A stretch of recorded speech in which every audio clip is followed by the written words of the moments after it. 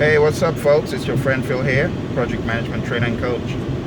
I hope you're doing awesome. Today, we're going to be talking about the difference between validate scope and control quality.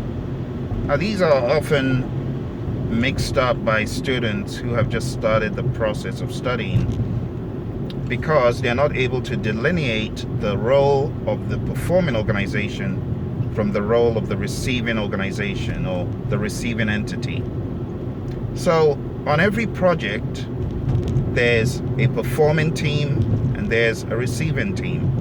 The performing team gets the work done. The receiving team receives the deliverable.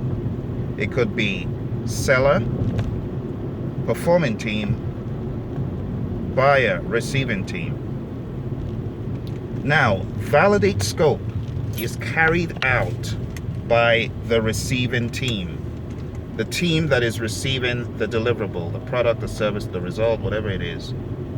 The receiving team is in validate scope. The performing team is in control quality. It is the job of the performing team to control quality before the customer begins to review the product, service, or result. Now, there are two terms to be aware of as you're getting ready for the PMP exam. The first is verified deliverable. The second term is accepted deliverable.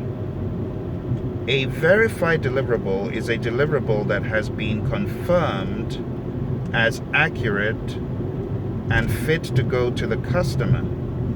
So we say we have verified this thing and it's good to go to the customer for inspection.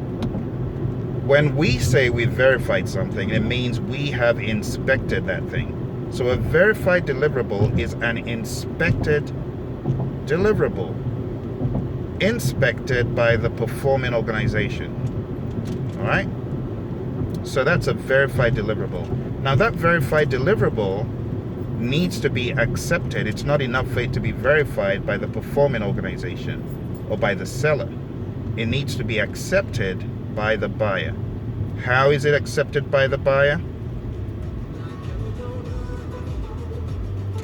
It's accepted by the buyer when the buyer has inspected it and accepted it. As a result of the successful inspection that reveals everything is fit for use, conforms to requirements. Perhaps the customer has a requirements traceability matrix that they go through to ensure that everything that was identified is now inherent in the deliverable. All those steps, the customer is responsible for going through that. And ultimately, the deliverable is accepted once all the criteria has found or been identified as met in that deliverable. Okay? So, verified deliverable is from the performing organization, an output of control quality. Accepted deliverables is an output of validate scope.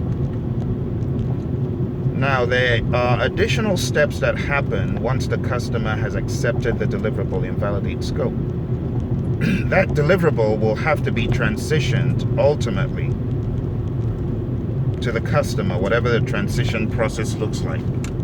So just be aware that it's not the end of the story at this point, but it is important that you distinguish between these two processes, control quality and validate scope. Okay? In previous editions, we talked about the difference between manage quality and control quality.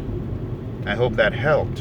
And now, we've talked about the difference between validate scope and control quality.